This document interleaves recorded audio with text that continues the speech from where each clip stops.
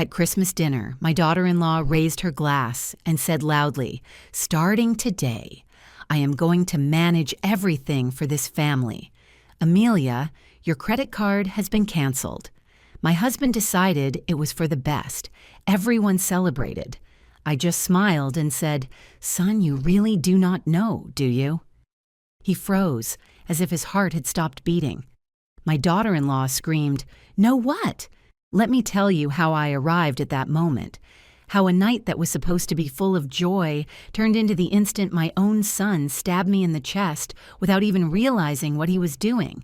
If these life stories move you, subscribe to the Elderly Stories channel to keep listening to confessions like this one. Like this video and join me until the end because nobody expected what comes next. My name is Amelia, I am 68 years old, and that Christmas Eve, dressed in my wine-colored wool shawl that I had knitted myself, I was sitting at the head of the table in my own house, watching my family celebrate my humiliation. The table was set with the embroidered tablecloth I sewed 30 years ago. The scented candles gave off the smell of cinnamon. The golden turkey rested in the center, surrounded by mashed potatoes and green bean casserole.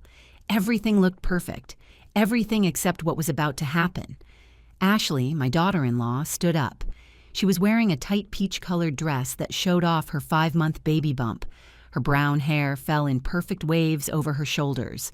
She smiled with that security that only people who think they have already won possess. She raised her glass of cider and tapped the crystal gently with a spoon. The clinking sound caught everyone's attention.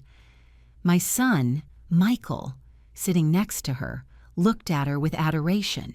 My sisters-in-law, the wives of my nephews, stopped talking. The children running around the living room stopped. Even the Christmas music seemed to lower in volume.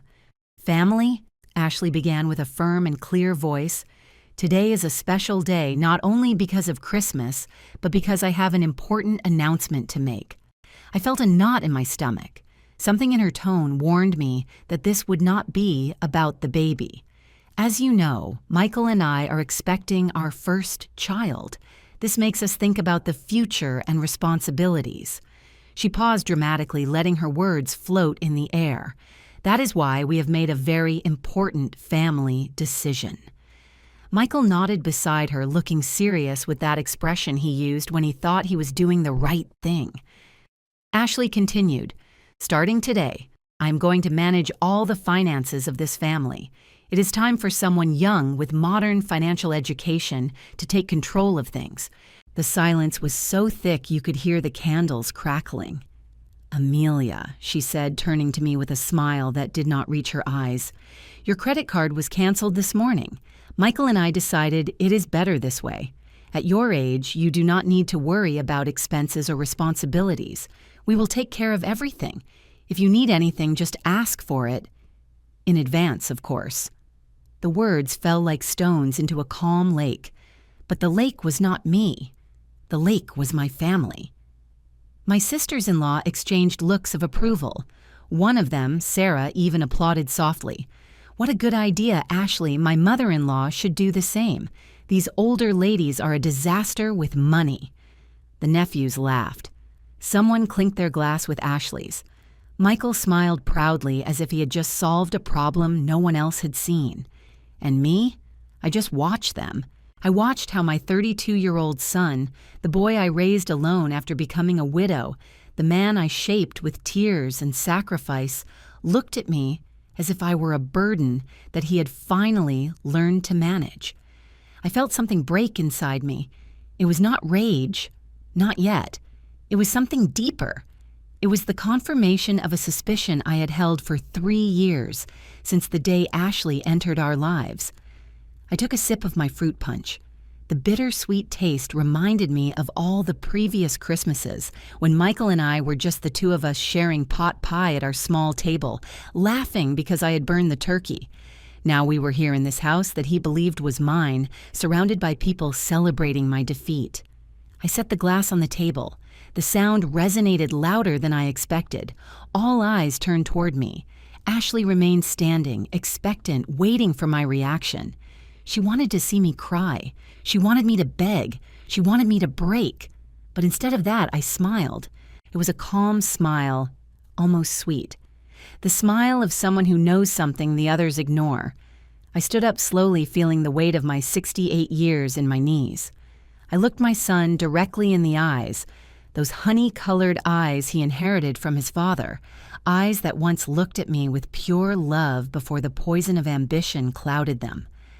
"Son," I said softly with a calm voice, "you really do not know, do you?" Michael blinked. His smile froze. Something in my tone made him doubt. "Know what, Mom?"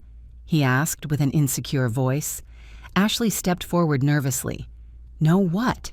she repeated. But now her voice had an edge of panic. I did not answer immediately. I just looked at both of them. And in that silence, in that pause loaded with meaning, I saw how doubt began to slide down their faces like cold water. Because they knew nothing. They did not know who I really was. They did not know what I had built in 40 years of silence. They did not know that the woman they had just publicly humiliated was the only one who held the keys to the kingdom they thought they were conquering. The table fell into complete silence. Only the ticking of the wall clock and the crackling of the wood in the fireplace could be heard. And there I was, Amelia, the widow, the seamstress, the selfless mother, the woman they had just underestimated for the last time. But to understand why that question froze them, I need to take you back in time. I need to tell you who I am, where I come from, and how I built an empire in the shadows while everyone thought I was just a harmless little old lady. Because the worst had not happened yet. 40 years ago, I was not Amelia, the humiliated mother-in-law at a Christmas dinner.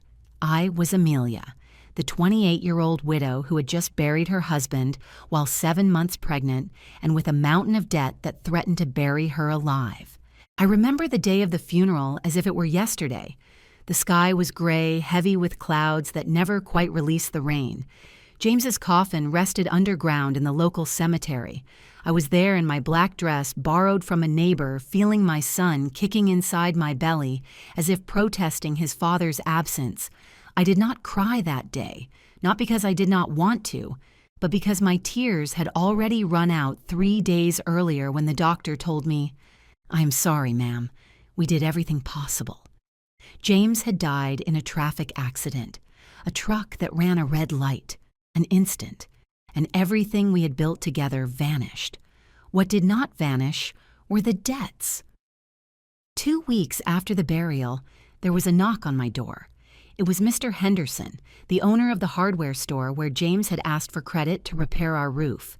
He handed me a crumpled paper with handwritten numbers. "Mrs. Amelia, I regret disturbing you in your mourning, but it is $50,000. Your husband signed the house deed as a guarantee." I felt the ground open beneath my feet. $50,000. In 1985, that was a fortune, and I was a seamstress earning barely enough to eat by hemming pants and fixing zippers. I closed the door. I sat on the living room floor. My hand caressed my swollen belly. And for the first time since James died, I spoke out loud. "Forgive me, my child. Your mom does not know how we are going to get out of this, but I swear by God that we are going to make it. I had no plan. I had no money. I barely had strength. But I had a Singer sewing machine that my grandmother had left me, and I had hands that knew how to turn fabric into dreams." The next day, I walked 6 blocks to the house of Mrs. Stella Vanderbilt, a high society lady who had once asked me to fix an imported dress. I knocked on her wrought iron door with my heart in my throat. When she opened, she saw me there, pregnant, with dark circles under my eyes, reaching my soul, holding a worn portfolio full of my hand-drawn designs. "Mrs. Vanderbilt," I said with a trembling but firm voice, "I need work, anything. But I promise you that if you give me a chance, you will never find anyone who sews better than me." She looked me up and down. Then, to my surprise, she smiled. "Come in, child, let's have coffee." That afternoon changed my life. Mrs. Vanderbilt did not just give me work. She gave me an education. She taught me that sewing was not just a craft, it was a business. She explained profit margins, how to charge by design and not just by the hour, about the importance of having clients who paid well instead of many who paid little. Amelia, she told me one day, while we drank tea in her garden full of flowers, you have a gift, but a gift without strategy is like having gold without knowing you have it. I am going to invest in you. I am going to lend you money so you can buy more machines and quality fabrics and rent a small workshop, and you are going to pay me back when you start earning. There is no rush, but there is a condition. Never settle for being just a seamstress. Become a businesswoman.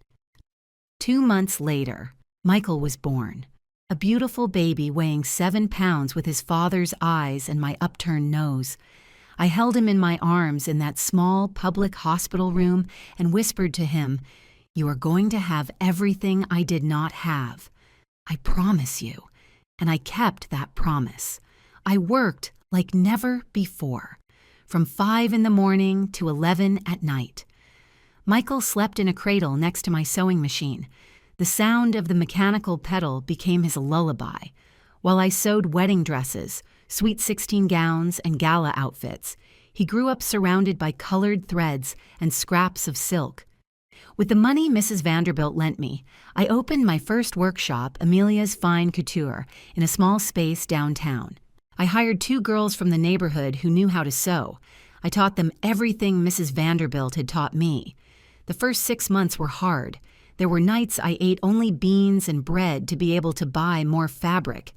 But little by little, the business grew. The society ladies began to recommend me. "You have to go with Amelia. That girl sews like the angels." And with every dress I delivered, my reputation grew. 3 years after James's death, I had already paid all his debts, every dollar, down to the last cent. Mrs. Vanderbilt came to visit me at the workshop the day I made my last payment. She hugged me tight and said, "I'm proud of you, child. Now comes the hard part, growing." And I grew.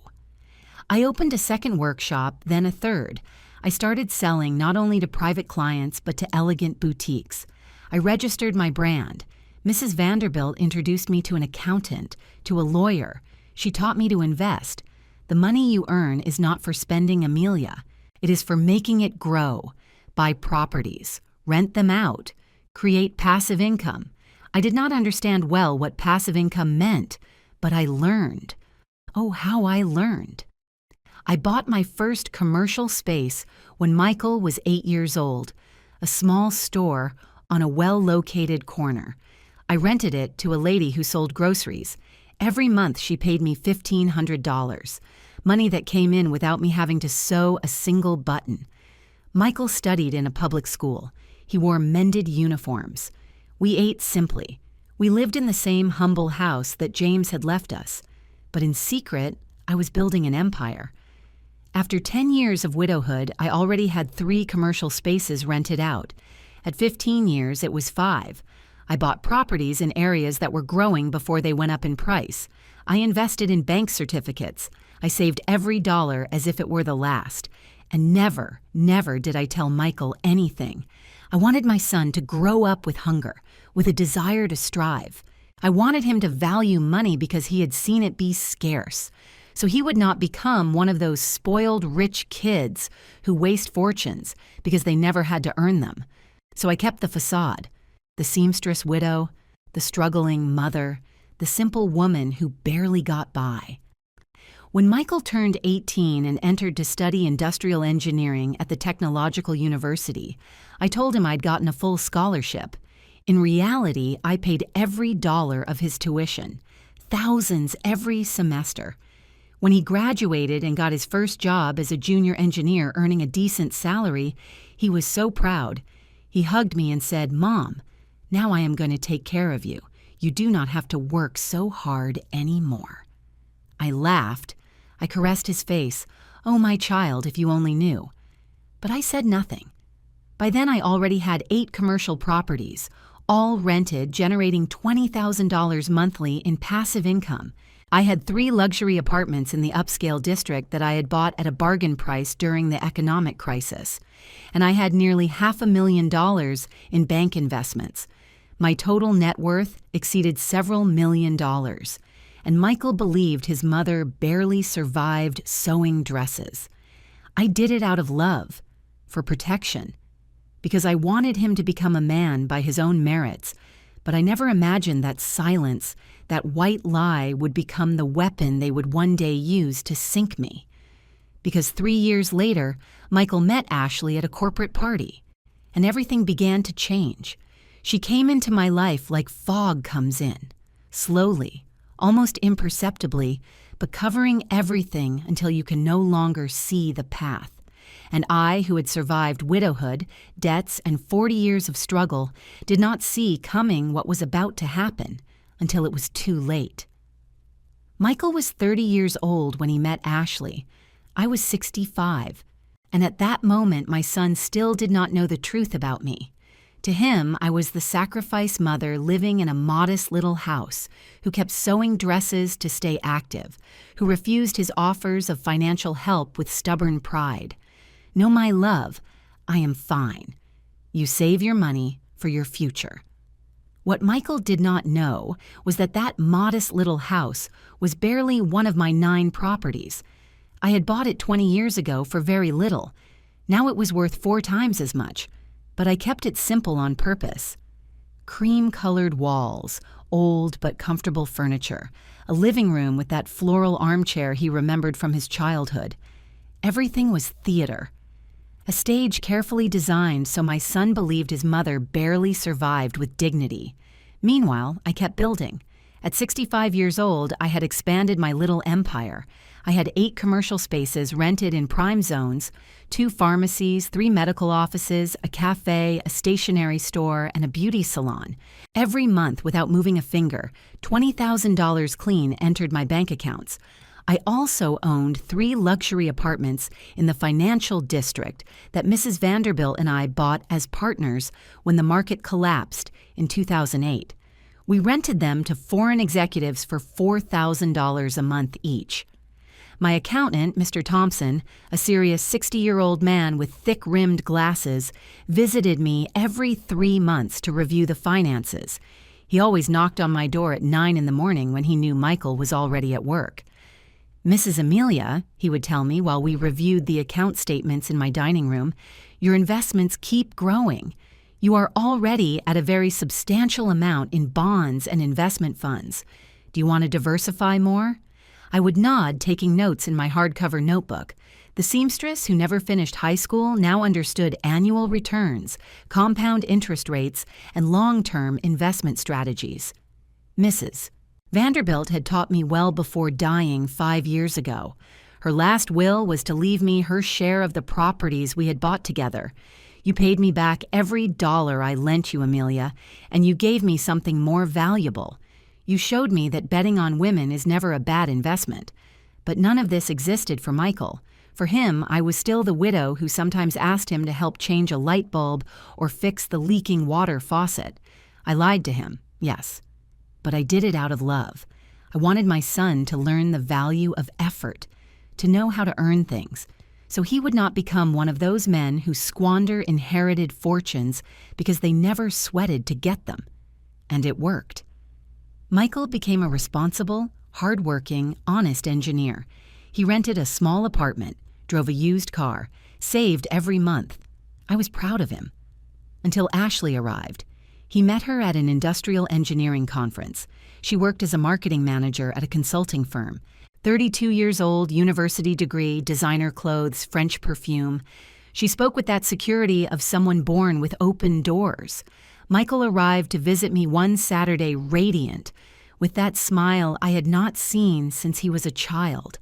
"Mom, I met someone special." My heart filled with joy.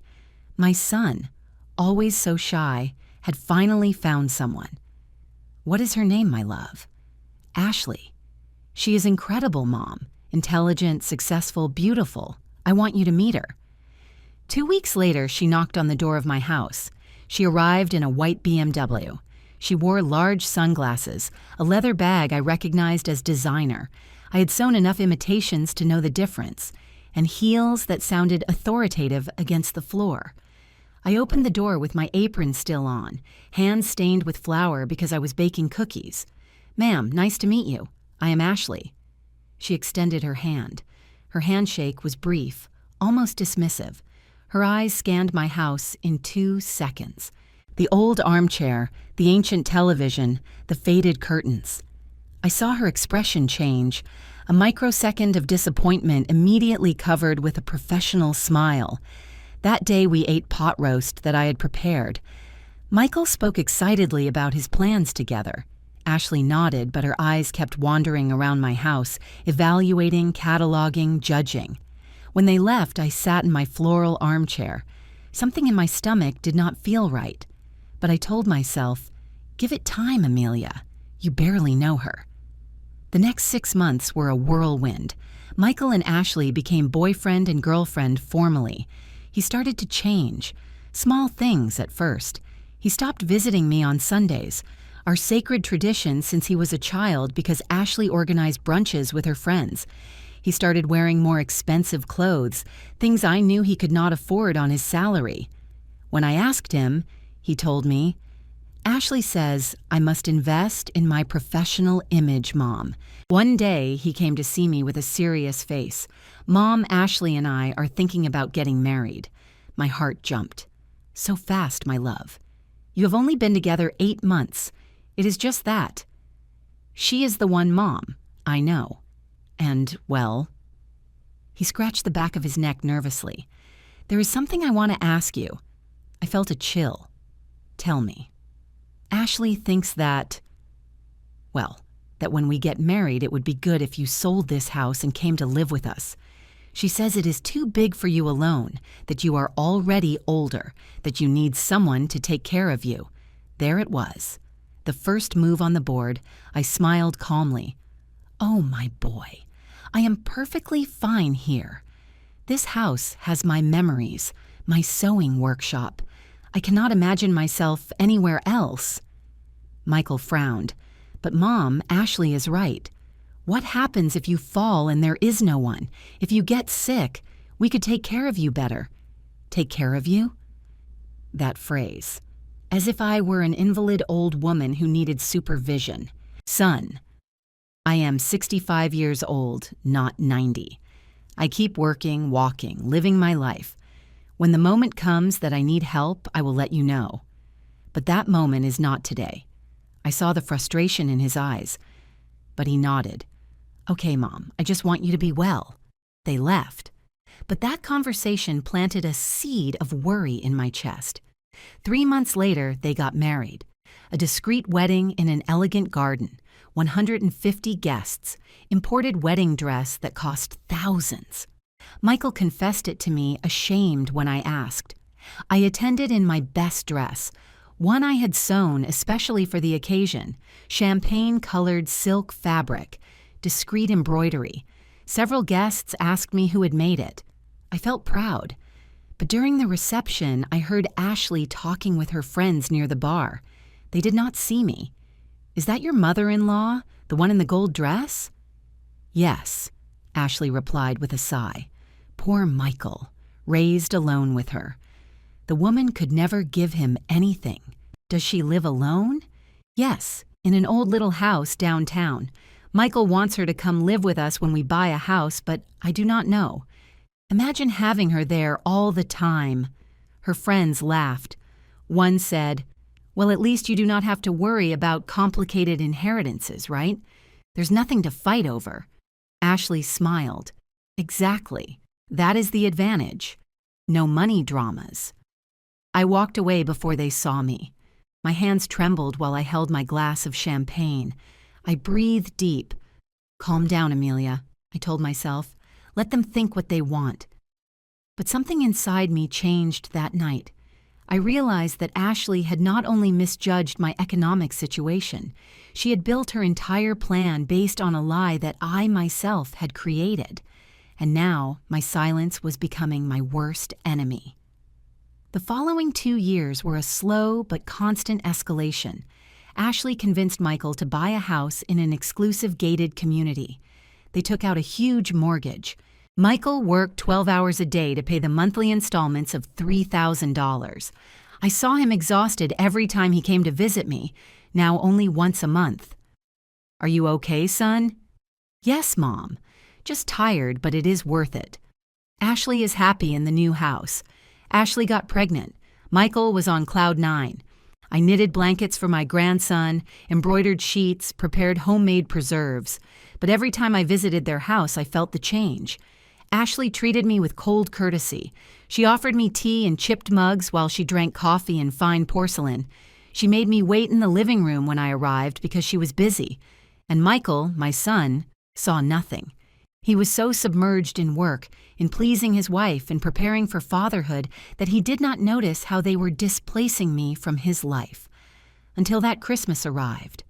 The dinner, the toast, the announcement, and my question that froze everything. "Son, you really do not know, do you?" Because the moment had arrived. I could no longer remain silent, not when my own son was burying me alive. Allow me to go back a little more. I need you to understand exactly who Ashley Sanchez was, because what my son saw in her and what she really was were two completely different things. He met her at an industrial innovation conference at a fancy hotel downtown. Michael had gone forced by his boss without much desire. She was there representing her consulting firm with a badge that said Strategic Marketing Manager. Ashley was 5'6", straight brown hair always perfectly ironed, impeccable makeup that gave her that magazine look, nude gel nails, clothes that screamed money, fitted blazers, silk blouses, high heels that she deliberately made click against the marble to attract attention. She spoke with that neutral accent of someone who studied in bilingual private schools. She used words in English in the middle of her sentences. It is a very corporate topic, you know. We have to think about personal branding. Michael was dazzled. My son, so simple, so noble, had never met someone like that. For him, Ashley represented that sophisticated world to which he had never had access. What he did not know was that it was all a facade, smoke, mirrors. Ashley grew up in a rough neighborhood in a family that once had money. Her father, Herman, had owned an auto parts distributor. They lived well for years. 3-story house, 2 cars, vacations at the beach. But when Ashley was 23 years old, the business went bankrupt. Bad investments, fraudulent partners, debts that accumulated like an avalanche. They lost the house, the cars, everything. Her father fell into depression. Her mother, Rebecca, had to start selling costume jewelry at flea markets to survive. But Ashley decided that never, ever would she be poor again. She got a job at the consulting firm lying on her resume. She added certifications she did not have. She exaggerated her experience. She was good at talking, at selling smoke, at making mediocre projects sound revolutionary in PowerPoint. She earned a decent salary, but she spent double that. How? Credit cards. 5 in total. She rotated them like a desperate juggler. She paid the minimum of one with cash from another. She bought brand-name clothes in sales. She carried pirate bags so good that no one noticed the difference. She rented. She did not buy. The white BMW she drove was leased. The jewels she wore were borrowed from her cousin who worked in a jewelry store. Everything was a lie, but it was a lie so well built that no one questioned it. Until she met Michael. That day at the conference, she evaluated him in 30 seconds. Industrial engineer, 30 years old, modest car but clean, suit not very expensive but well ironed, simple watch, no ring. She calculated. This man is not rich, but has potential. Professional, stable, and best of all, shy, malleable. She approached with a glass of wine in her hand. "First time at these conferences, you look lost." Michael blushed. "Is it that obvious?" Ashley laughed, a studied, musical laugh. "Relax. I cannot stand these events either. Do you want me to teach you the trick to survive them? Follow me." And that is how it all started. with a conversation. With that capacity, Ashley had to make the other person feel special, seen, important. Michael fell. Completely. They went out 3 times before she allowed him a kiss. She played her cards well. She played hard to get. She told him an edited version of her life. Ancestral family that had gone through difficult times but maintained its dignity. My family lost everything, she told him one night with perfectly measured tears. But they taught me that the last name, the education, the class, nobody takes that away from you. Michael, noble as always, hugged her. I understand. My mom raised me alone. I know what it is to struggle. Ashley smiled against his chest. Perfect. A man with a savior complex. When Michael finally introduced her to me, I already knew something did not add up. Let's call it instinct. Let's call it experience. 40 years building businesses had taught me to read people. The way Ashley shook my hand, that quick, dismissive squeeze, her eyes evaluating every corner of my house, cataloging the value of things. The way she smiled, but her gaze remained cold. I knew that look. I had seen it in clients who came to my workshop with fake bills, in suppliers who sold me defective fabric, in potential partners who only wanted to steal my designs. It was the look of someone who is always calculating. What can I get out of this? How does it benefit me? During that first meal, we talked about trivialities, but I asked questions. Soft, casual, and your family? Ashley? What do they do? My father was in the automotive sector. He is already retired. Oh, really? Where do you live right now? In an apartment in the nice part of town. It is small but cozy. She omitted that she rented it with 2 roommates to be able to afford it. And in the consulting firm, what type of projects do you manage? There she hesitated. Just a second. But I saw it. Brand strategy, positioning, that kind of thing. Michael looked at her infatuated. He did not see the contradictions. He did not notice how she evaded concrete details. When they left, I called my accountant. Mr. Thompson, I need you to investigate someone. Discreetly. He looked at me surprised. In all our years working together, I had never asked him for something like that. Mrs. Amelia? It is for Michael.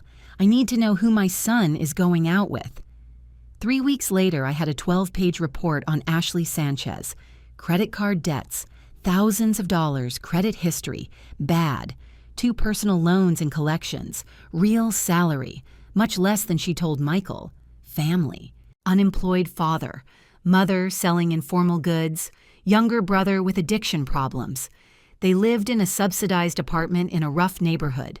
Everything Ashley had told Michael was a made-up, stretched, retouched version of reality. I sat in my armchair with that report in my hands. My instinct told me, get her away from your son. Show him this. Protect him. But something stopped me. Michael was in love.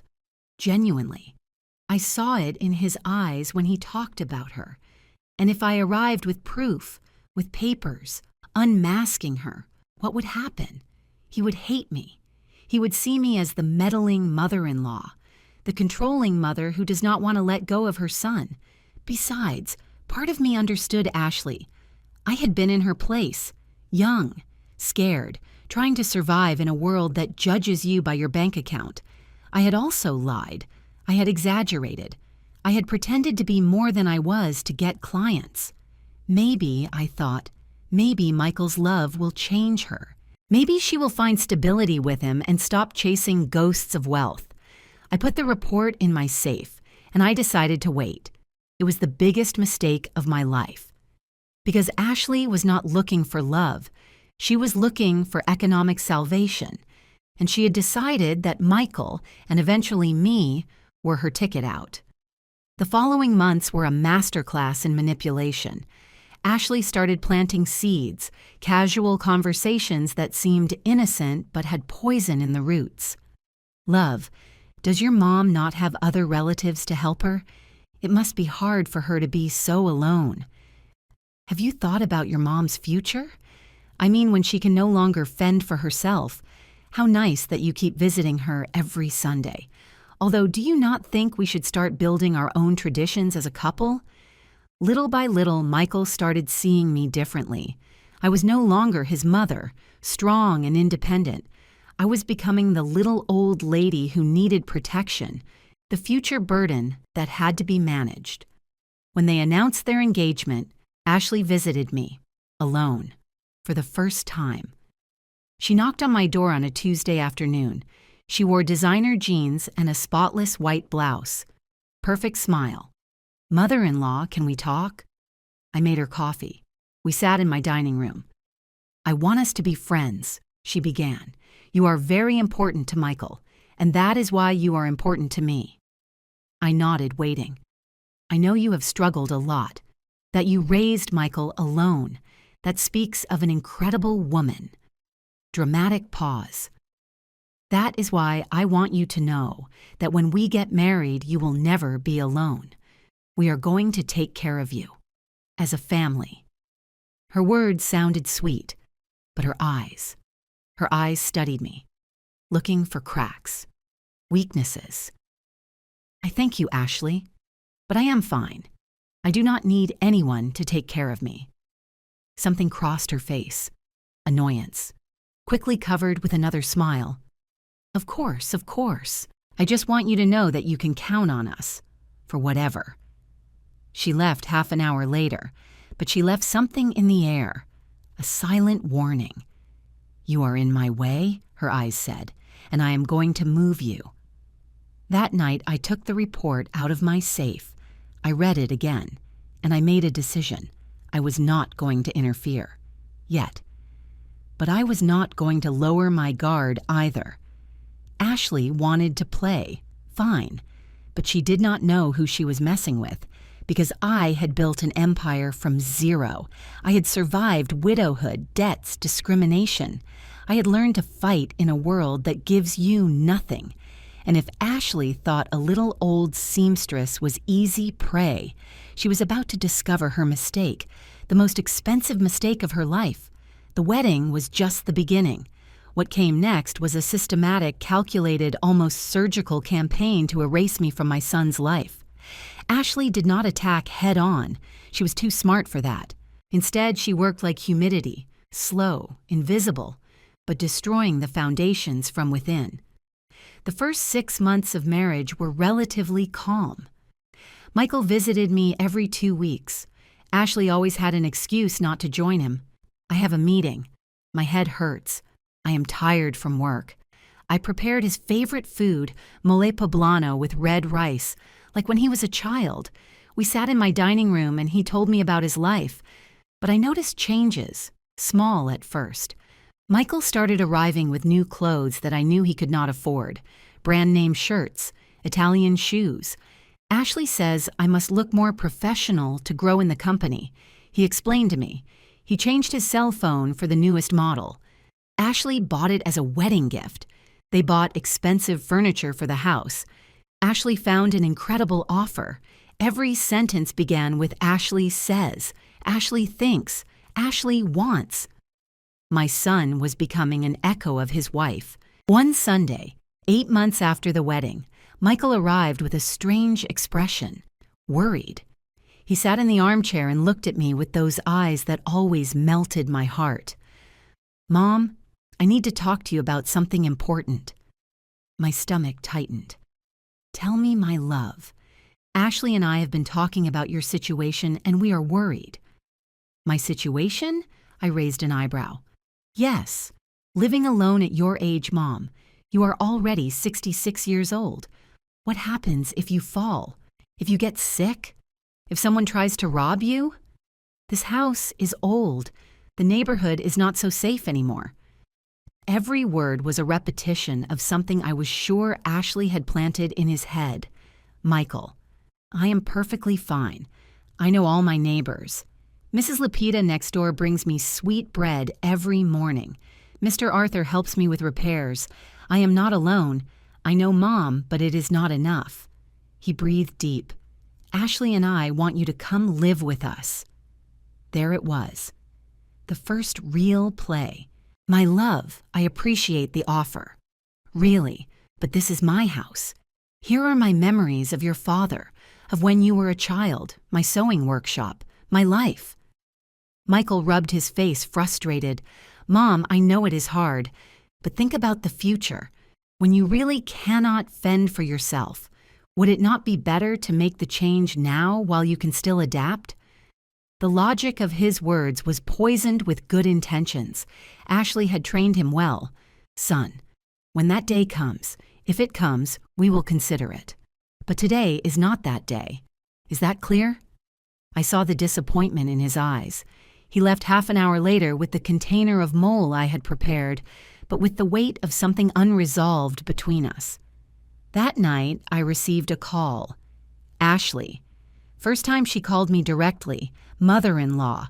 I'm very sorry if today's conversation made you uncomfortable. Michael is just worried about you. Her voice was poisoned honey. I understand, Ashley, but there is nothing to worry about. Of course.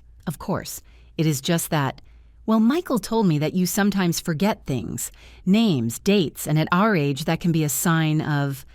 Excuse me? I interrupted her, feeling the rage rise up my spine. What exactly did Michael tell you? Oh, I do not want to worry you. Probably it is just nerves. But he mentioned that last week you forgot that you had already agreed to meet and... It was a lie, complete lie. Michael had canceled our appointment, not me. But Ashley was rewriting history, planting doubts about my mental health. Ashley, I said with a firm voice, my mind is perfectly clear. I manage my finances, my house, my sewing business. I have not forgotten anything. There was a silence. Then her voice changed. Colder. Well, if you say so. We just wanted to help. But I understand you are proud. Michael warned me about that. She hung up before I could respond. I remained seated in the darkness of my living room holding the phone. Now I understood her strategy. She was not attacking me directly. She was attacking my credibility with Michael, painting me as the stubborn, forgetful old woman who does not recognize her own limitations. It was brilliant and dangerous. The following months, the campaign intensified. Ashley convinced Michael that I needed help organizing my important documents. One Saturday they arrived together. Ashley brought a bright pink plastic folder. Mother-in-law? We brought this so you can keep your important papers. Birth certificates, deeds, medical documents. Where do you have them? Kept in a safe place, thank you. But where, exactly? It is important that Michael knows in case of emergency. Michael nodded, worried. It is true, Mom. If something happens to you, I need to know where your documents are. I refused, politely but firmly. When it is necessary, I will inform you. For now, everything is under control.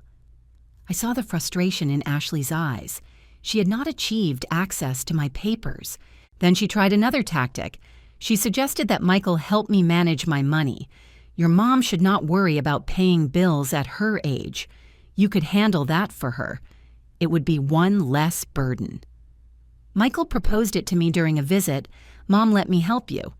I can pay your electricity, water, phone services from my account. You just tell me how much you spend a month and I take care of it. It is not necessary, son. I manage everything perfectly. But Mom... Michael... My voice was harder than usual. I appreciate your intention, but I do not need you to manage me. Is that clear? He blinked, surprised. I rarely spoke to him like that. But Ashley did not give up. Every rejected strategy was replaced by a new one. When Ashley got pregnant, everything changed speed. Michael arrived beaming to give me the news. Mom, I am going to be a dad. You are going to be a grandma. I hugged him with genuine tears. My grandson, a little piece of James living in this new generation. But Ashley used the pregnancy as a weapon. Mother-in-law, with the baby on the way, we are going to need space. And frankly, your house is bigger than our apartment. Have you thought about selling and buying something smaller? We could use that money for the baby's education. She said it casually during a family visit, as if she were suggesting what to have for dinner. This house is not for sale, I replied. Oh, do not be offended. It is just a suggestion. But well, I understand you are attached. Although being realistic, when you are gone, the house is going to pass to Michael anyway. Would it not be better to use it now that the baby needs it? She spoke of my death like someone talks about the weather, with that chilling naturalness. Michael said nothing. He just looked at his plate, uncomfortable. Then came the real blow. 1 month before the fateful Christmas, Michael arrived with papers. His face was serious, rehearsed. Mom, Ashley, and I consulted with a lawyer about asset protection. Asset protection? I repeated slowly. Yes, the lawyer says that at your age you should have everything in order just in case, and that the safest thing is that you transfer the house to my name now to avoid legal problems later. There it was, the final objective, my house. And why would we need to do that, Michael? To protect you, Mom. If the government, or if there are tax problems, or if someone tries to take advantage. They were excuses without substance, phrases that Ashley had put in his head. And my bank documents? Do they also need protection? Michael cleared his throat. Well, the lawyer suggested that it would be prudent for you to give me power of attorney, just as a precaution so I can help you if something happens. Power of attorney. Total access to my accounts, my assets, my life. I looked at my son. I really looked at him. And for the first time in 66 years, I did not recognize the man in front of me. Michael, I said softly, do you really think I cannot handle my own affairs? It is not that, Mom. Then what is it? Silence. Long. Uncomfortable. Finally, he sighed. Ashley says, I do not care what Ashley says. My voice cut the air like a razor. I am asking you what you think. I saw him hesitate. For a second, I saw my real son there, struggling to come out. But then he clenched his jaw and said, I think Ashley is right. You are stubborn, Mom, and that could get you in trouble. Every word was a stab, but I breathed, and I took the papers. I read them carefully. They were to transfer my house, the smallest one, valued at a modest amount, to his name. Okay, I said finally. Michael seemed surprised. Really? Yes. If this gives you peace of mind, son, I will do it. I signed. Right there. With Mr. Thompson as witness, whom I had called previously, of course. Michael hugged me. Thank you, Mom. This is for the best. You will see. What he did not know is that that house was my least valuable property, that I had 8 other properties generating millions, that I had just given him crumbs while the true banquet remained hidden. But I needed them to believe they had won, that they had gotten everything I had, because when they discovered the truth, the fall would be much more painful. And that Christmas, that damn Christmas, the moment of the toast arrived, the moment when Ashley, drunk on power and champagne, announced that now she would control everything, that my card had been canceled, that I was officially under her administration, and everyone applauded, my family, my blood, celebrating my humiliation. But then I smiled and asked, Son, you really do not know, do you? And Ashley's world began to crumble. But before arriving at that revelation at Christmas dinner, I need you to understand the hell I lived those last 3 months. Because Ashley did not just want my money. She wanted my dignity, my spirit. She wanted to see me on my knees, and she almost succeeded. After signing the transfer of the house, something changed. Ashley no longer pretended. She had gotten what she believed was my only asset, so the masks fell. The first humiliation came 2 weeks later. It was Sunday, day of my monthly visit to Michael's house. I rang the doorbell at 2 p.m. as we had agreed. Ashley opened the door. She was wearing an ivory silk robe, hair up in a messy bun, face without makeup. Her 4-month belly was already showing. Oh, mother-in-law, did Michael not tell you? Today we cannot receive you. We have important guests. Through the half-open door I saw the living room. Empty. No guests. Michael confirmed to me yesterday to come today. I said, holding the container with tamales I had prepared since 5 in the morning. Ashley sighed as if I were a foolish child. Well, he told you wrong.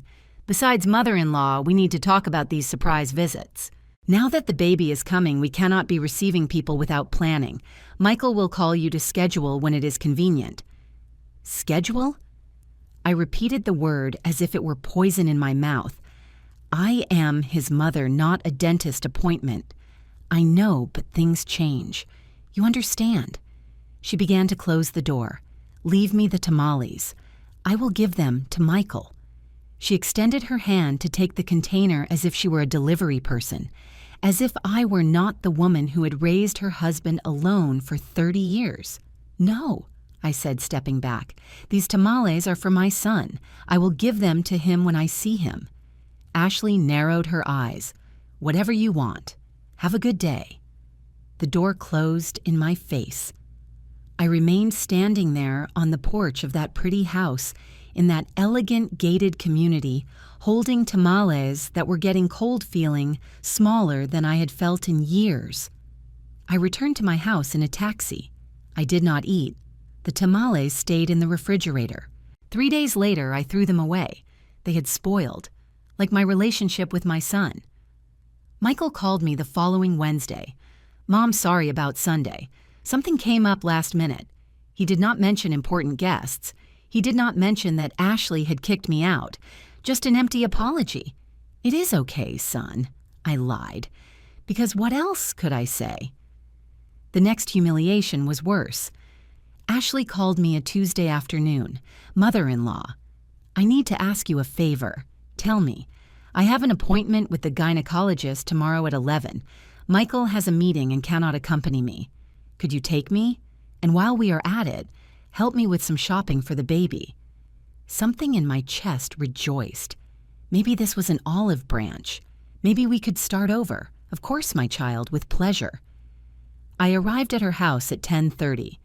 Punctual. I carried my bag with extra money in case they needed something for my grandson. Ashley came out dressed impeccably. Lavender maternity dress, low heels, brand name bag. She looked me up and down. I was wearing my normal clothes, jeans, embroidered blouse, comfortable shoes. Oh, mother-in-law, are you going like that? Excuse me? No, nothing. It is just that we are going to the mall afterwards. But well, it does not matter. She said no more. But the message was clear. I looked bad. I was not at her level. In the office, the gynecologist received us. Is this the mom? She asked me, smiling. No, it is the mother-in-law, Ashley corrected quickly. My mom had an unforeseen event. During the whole consultation, Ashley treated me as if I were invisible. She did not include me in the conversations. When the doctor asked something, she answered, looking only at Ashley. Do you have family support for when the baby is born? Yes, my mom is going to come help me the first months, Ashley replied.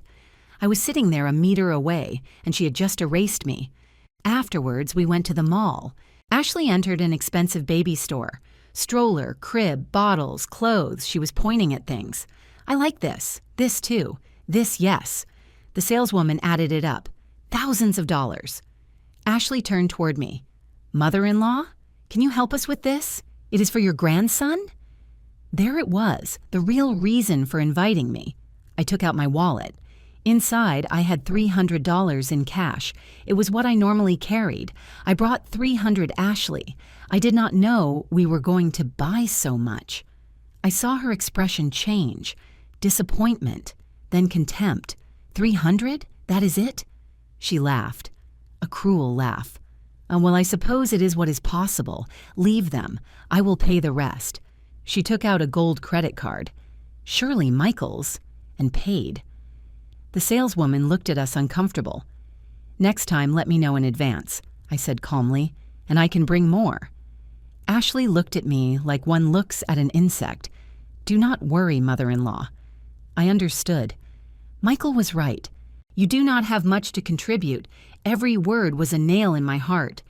On the way back, we did not talk. She left me at my house without even getting out of the car. That night, I cried. For the first time in years, I cried until I ran out of tears.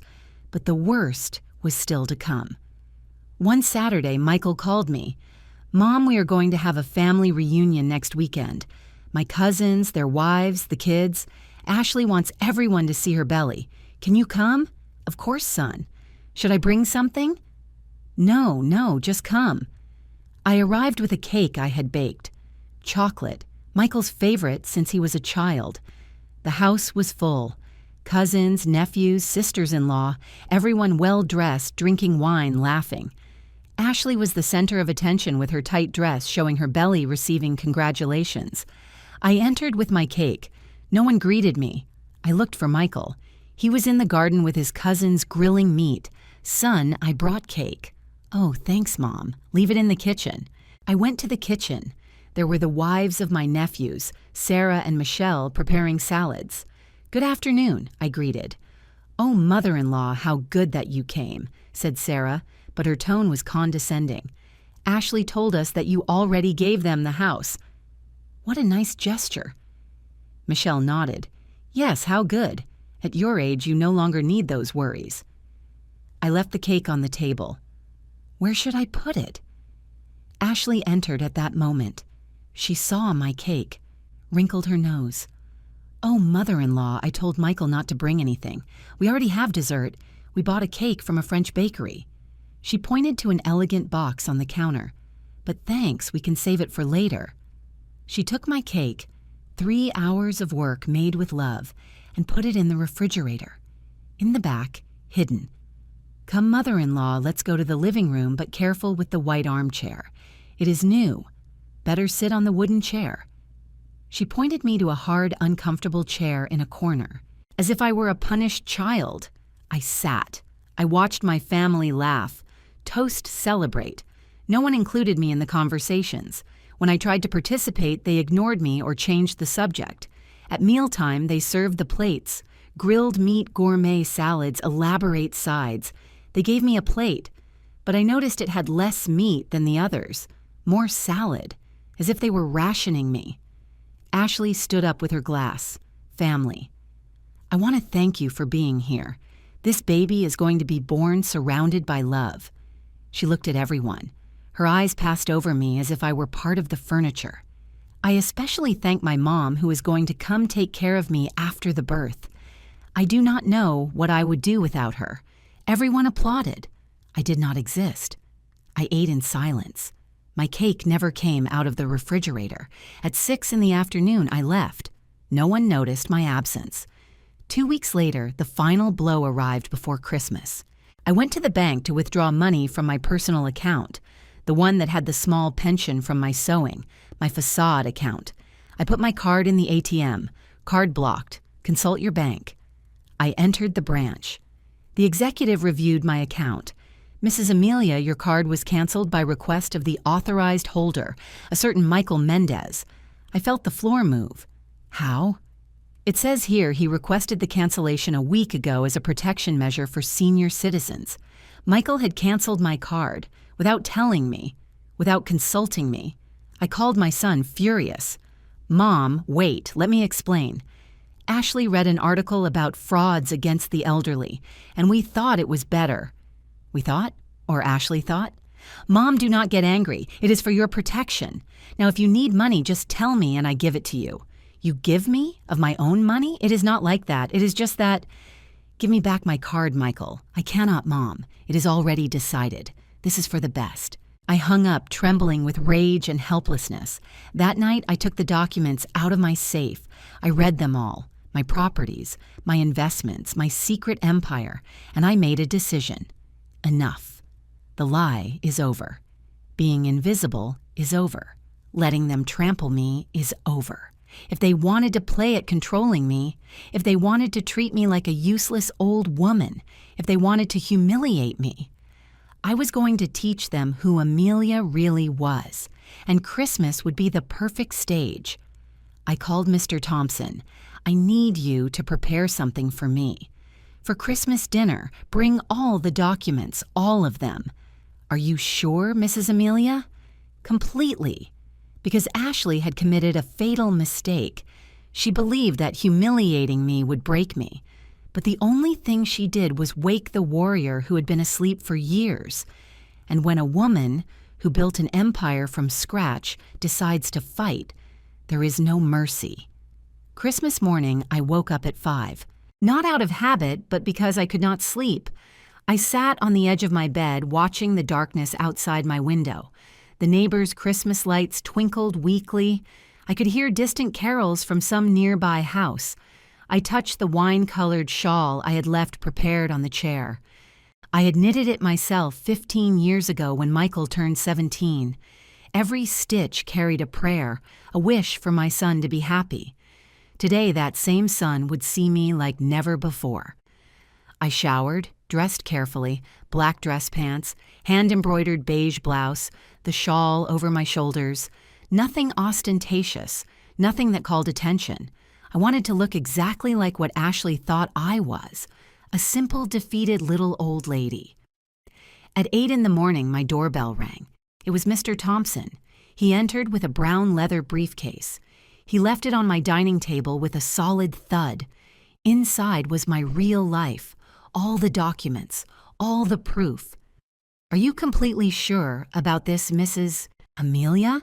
he asked, taking off his glasses to clean them. A nervous gesture he did when he was worried. "More sure than ever, Mr. Thompson. It is going to change everything. Your relationship with your son." "My relationship with my son already changed," I interrupted him. "Michael decided who I am without asking me. Ashley decided what I am worth without knowing me. Today they are going to discover they were wrong." Thompson nodded slowly. "What time do you want me to arrive?" "At 9 at night. Michael said the toast would be at 9:30. You arrive just after the toast. I will call you." He left. I stayed alone in my house with the brown briefcase on the table. I opened it. I went over every document, as if it were the first time I saw them. Deeds to 8 commercial properties, valued together, millions of dollars, lease contracts, monthly income, $20,000.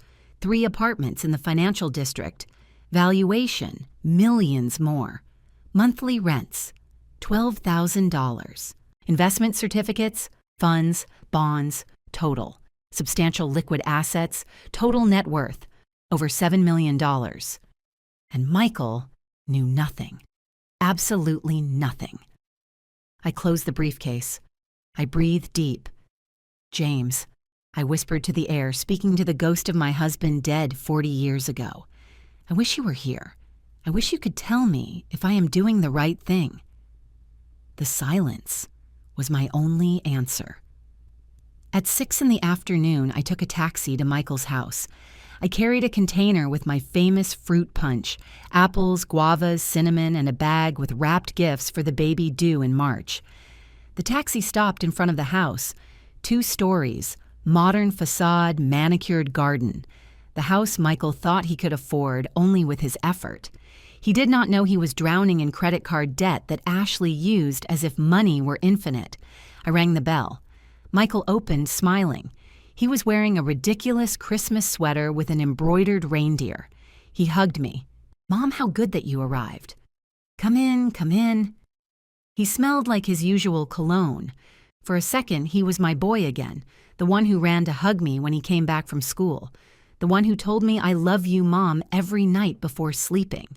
But then Ashley appeared. Tight peach dress, V-neckline hair in perfect waves, 5 months pregnant. She looked radiant, powerful. "Mother-in-law, how good that you could come." The emphasis on "could" was subtle, but venomous. The house was full. My nephews and their families had already arrived. Sarah and Michelle, the sisters-in-law, were in the kitchen laughing. Children ran through the living room. Everything smelled like roasted turkey and hot cider. I sat in the armchair they indicated, the same one from the last meeting. Hard, uncomfortable in the corner. Ashley brought me a glass of cider. "Here you go, mother-in-law, non-alcoholic, of course. At your age, alcohol is not good. I was 68 years old, not 90. But I said nothing. I just smiled. "Thank you, my child." The dinner went on normally. Well, normal for what my life had become. Conversations from which they excluded me, looks that ignored me, Laughter that did not include me. I ate my turkey, again less portion than the others, and I watched, memorizing every face, every gesture of contempt. At 9 o'clock, sharp, Ashley stood up. She tapped her glass with a spoon. The clinking silenced the conversations. Family, it is time for an important toast. Everyone raised their glasses. Me too. Slowly.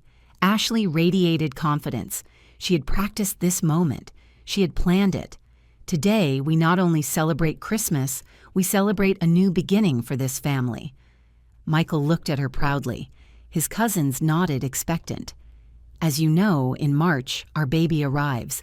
This has made us reflect on responsibilities on the future. She made a dramatic pause. Her hand caressed her belly.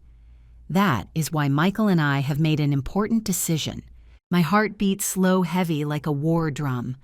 Starting today, I am going to manage all the finances of this family. Absolute silence. It is time for someone young, prepared with modern vision to take control. Michael has worked very hard. He deserves someone to optimize his resources. Several nodded. Very well thought out, murmured Sarah. Ashley continued, and now her gaze locked on me like a predator that has its prey cornered. Mother-in-law, I know this can be difficult to understand, but it is for the best.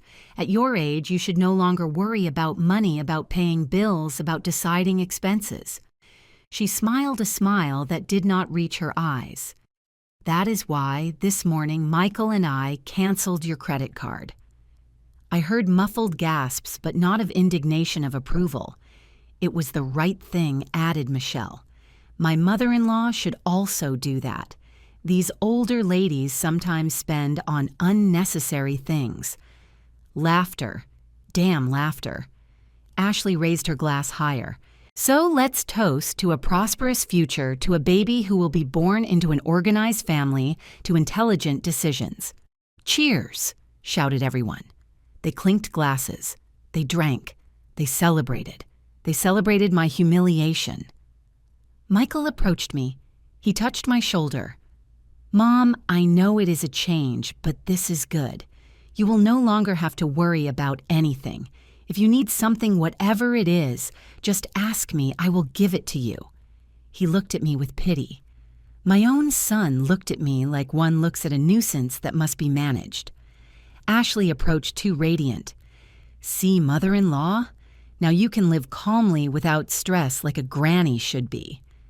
Everyone looked at me, waiting, wanting to see how the little old lady reacted, if she cried, if she begged, if I broke. I left my glass on the table.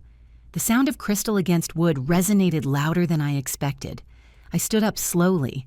I felt every one of my 68 years in my knees. But I stood tall, straight back, chin up. I looked at my son directly into those honey eyes that once looked at me with pure love, and I smiled. Not a sad smile, not a defeated smile, a calm, enigmatic, dangerous smile. Son, I said softly. My voice cut the silence like a knife through butter. You really do not know, do you? Michael blinked. His smile froze. Something in my tone disconcerted him. Know what, Mom? The atmosphere changed like when the sky darkens before the storm. Everyone felt the change. The conversations died. The children stopped running. Ashley stepped forward with a sharp, nervous voice. Know what, mother-in-law? I did not answer immediately. I let the silence grow, let the tension become unbearable. I looked at both of them, then at my whole family, one by one, recording their faces in my memory. Mr. Thompson, I said, finally taking out my phone. Can you come now? I dialed. 2 rings. Mrs. Amelia, bring the brown briefcase, please. The family is ready. I hung up. Ashley looked at me with confusion that quickly turned into panic. What? What are you doing? Waiting, I replied calmly. I sat back down. I crossed my hands on my lap. You are going to meet someone important. Michael approached. Mom, what are you talking about? Who is Mr. Thompson? My lawyer. Well, one of them. Michael turned pale. You have lawyers? Several, my love. When you handle a certain volume of assets, lawyers are necessary. The words fell like bombs. Sarah murmured. Assets? Ashley laughed, a nervous, forced laugh. Mother-in-law, I do not understand your jokes. What assets? If you barely have... Barely have what, Ashley? I interrupted her. My voice was no longer soft. It was steel. Finish the sentence.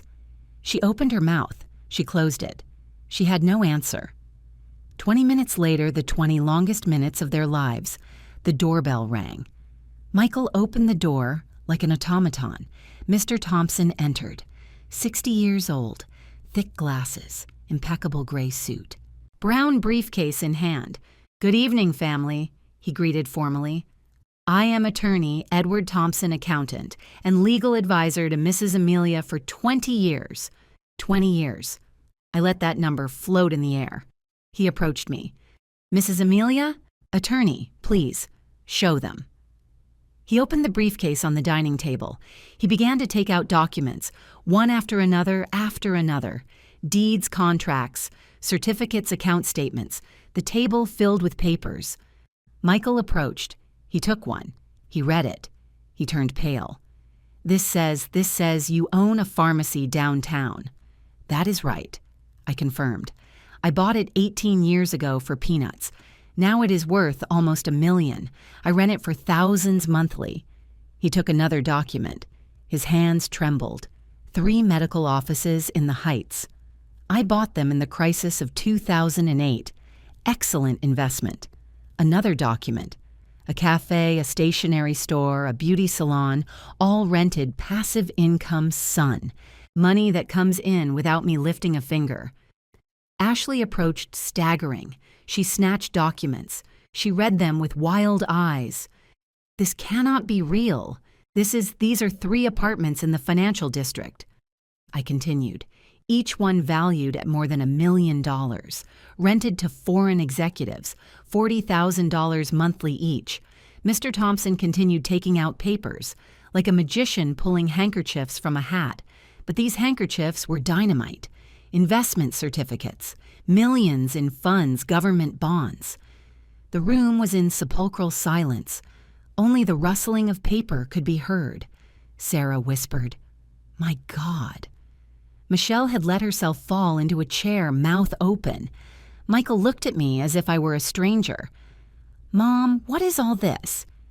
I stood up. Slowly, I took one of the documents, the most important one. This, my love, is who I really am, the seamstress widow you thought was your mother. That was only part of the story. I walked toward him. I put the document in his hands. Total net worth, over $7 million, generating monthly income of $300,000 in rents and interest. Ashley emitted a sound, half moan, half stifled scream. But, she stammered, "The house. You gave us your house. They said it was all you had." I smiled, cold, calculating. That house, the one you so kindly accepted to protect me, is my least valuable property.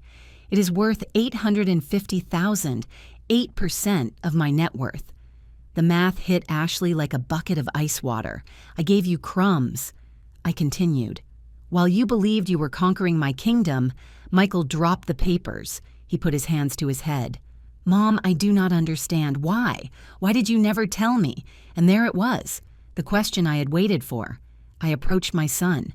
I touched his face, like when he was a child, because I wanted you to love me for who I am not, for what I have. I wanted you to become a man by your own merits, not by my money. Tears rolled down my cheeks, the first genuine tears of the night. But Ashley taught you that money is worth more than love. That power is worth more than family. And today, my son, today, you chose to humiliate the one who gave you life, believing you had rights over crumbs that did not even exist. The silence was deafening. Ashley was pale whiter than her wedding dress had been, because in that moment she understood her mistake. She had bet everything on a lie, and she had just lost.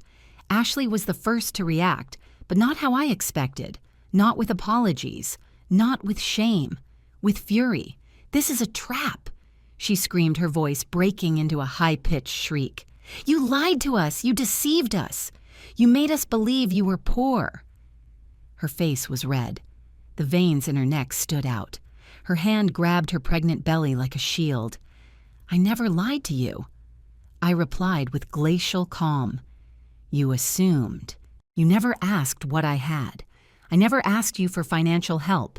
I never said I was poor. You created that story in your head.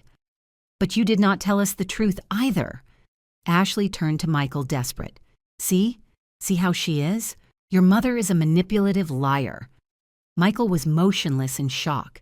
He looked at the documents scattered on the table as if they were written in a foreign language. Mr. Thompson cleared his throat. "Allow me to clarify, Mrs. Ashley. Mrs. Amelia never committed fraud or illegal concealment.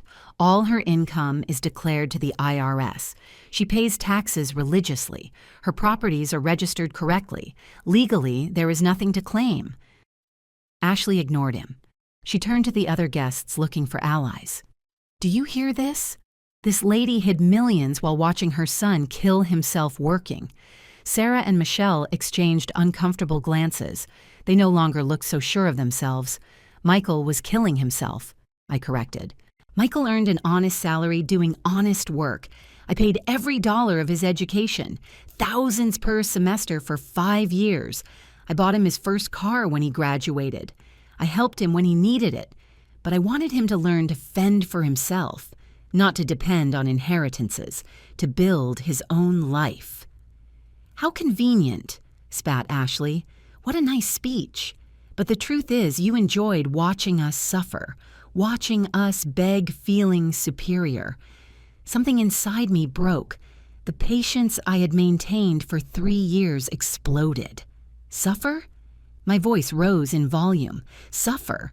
Do you know what suffering is, Ashley?" I took a step toward her.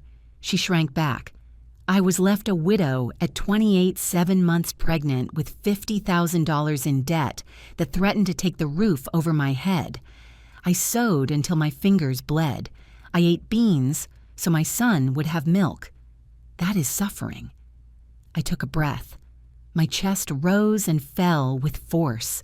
"You suffered because you could not buy the designer bag you wanted, because your leased BMW was not yours, because your credit cards were at the limit of $150,000 you spent on whims." Ashley turned pale. "How?" I took another document from the pile. I threw it at her. It fell at her feet. "Private investigation. I hired a detective a year ago when I started suspecting who you really were." She bent down to pick it up with trembling hands. She read it. Her face went from white to green. "Your family went bankrupt when you were 23. Your father is unemployed. Your mother sells jewelry at flea markets. Your brother has addiction problems. They live in a subsidized apartment in the rough side of town." Every word was a slap. "Everything you told Michael about your ancestral family was a lie. The BMW is leased. The jewelry is borrowed. The brand name clothes you buy in sales or are knockoffs." Michael finally spoke. His voice sounded broken. "Is that true, Ashley?" She did not answer. She just cried. But they were not tears of regret. They were tears of rage, of humiliation. Mr. Thompson continued relentless. "And there is more, Mr. Michael. Your wife has 5 credit cards in her name, all maxed out, total debt, over $150,000, with interest accumulating at 28% annually." Michael staggered. He had to lean on the wall. 5 cards? "Ashley, you told me you only had 1, for emergencies. I was going to tell you," she stammered. "When? When they repossessed the house?" I took another document. This was the most painful for me to share. But it was necessary. "Michael, there is something else you must know." I handed him a paper. He took it with hands that would not stop trembling. "Ashley started dating you 3 weeks after her previous relationship ended. A 45-year-old businessman, married. She was his mistress for 2 years. He paid for an apartment clothes trips. When his wife found out and forced him to end it, Ashley looked for a replacement." "No," whispered Michael. "I am sorry, son. But you needed to know." Ashley did not fall in love with you.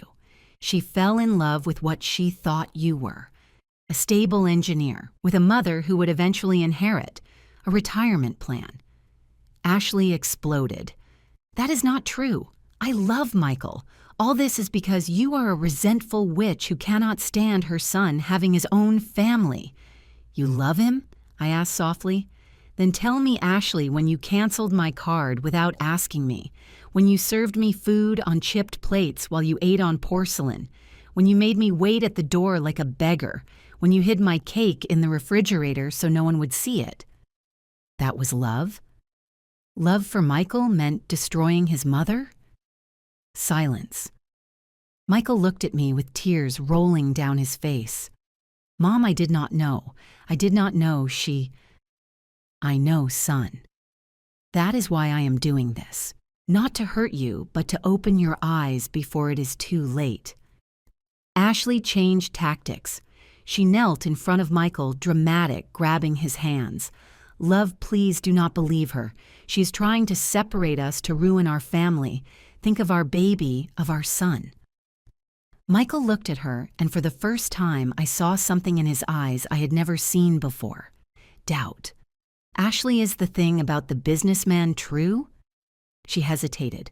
Just a second, but it was enough. That was a long time ago before I met you. It means nothing. And the credit cards? Can I explain? And your parents? Your family? Michael, I just wanted you to accept me. I was afraid you would reject me if you knew. If I knew what Ashley. If I knew you lied to me about absolutely everything. His voice rose. Years of frustration, of manipulation, of half-truths exploding finally. Ashley stood up. Her mask had fallen completely. She was no longer the sweet and worried wife.